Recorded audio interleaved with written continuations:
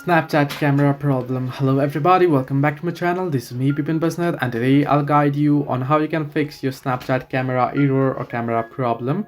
Now first things first, if you open up Snapchat and if you're having error with your Snapchat camera, you're not being able to access the camera through Snapchat, then it might mean that your device settings is somewhat not in the access for Snapchat. Now what I mean by that is you want to make sure that Snapchat has permission to access your camera and microphone. Now what you want to do is you can head into your settings, simply scroll down below, tap on the settings icon at the top right, and then head into the apps option here.